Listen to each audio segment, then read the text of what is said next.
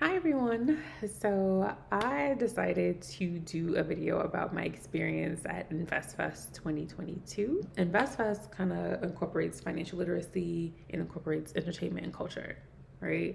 So Steve Harvey was there, Tyler Perry, there were performances by Waka Flocka, Rick Ross, also the Earn Your Leisure team, which includes Ian who does the stocks and, also the Wall Street Trapper and who also is involved in stocks and just a lot of different, also women in business. So Angela Yee was there, Milano was there. So just a lot of people I think in our community that we saw kind of work their way up. And I decided to go this year because I started a small business.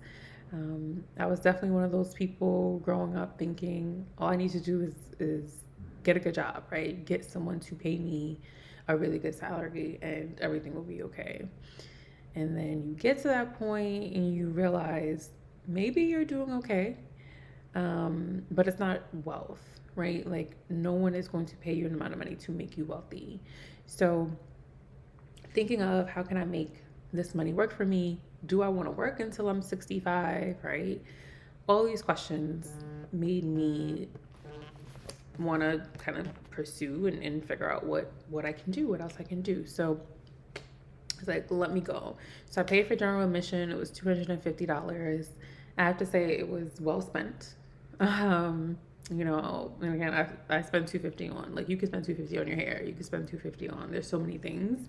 But to understand financial literacy is, in my opinion, priceless. So I would give InvestFest a 4 out of 5 stars. Love the billionaire panel. That was dope. To see Black billionaires like in the flesh. About 12,000 people attended. So two of the things I think I really got from InvestFest was one, the networking is unbelievable. You're in a room with like-minded people, so everyone's trying to learn, trying to understand as much as they can. I know people were looking, for their next business partner there. If people had a business, they were branded out, right? They had their shirts, they had their logos, and they were just ready to connect, and see how they can elevate their business. So that was amazing. It was super professional. Like I can't say it enough. Very well produced.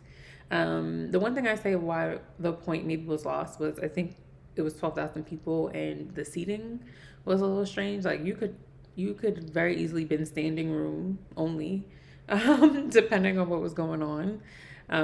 So that was one of the main things, and maybe I would say, and maybe this is coming going a little bit further. So I would have loved maybe a workshop, right? Because everything was just informational. Maybe a workshop that takes things further, depending on, you know, your business and just more hands on. The most important thing I think about InvestFest is, we deserve to be wealthy. We deserve to have financial freedom. We don't have to work until we're 65. It definitely made me respect more, maybe the hustler that's on the corner selling t-shirts. Like before, it's like, okay, so now I'm like, I want to stop. I want to support because it's so important. Because if you think about it, if someone's willing to pay you, right, 6 figures, you're probably worth millions. And that is probably the best thing that I took from InvestFest. Someone asked me about VIP, and I was not in the club, so I'm not about to talk about a club that I was not in. So VIP was about $1,500, or was $1,500. They got an extra night, like a Friday night, and it was more intimate. So I would say, if you are super charismatic, have a business idea, want to kind of get in the circle, it probably would be worth it because you have more intimate time and it's a smaller group. You got to sit up front.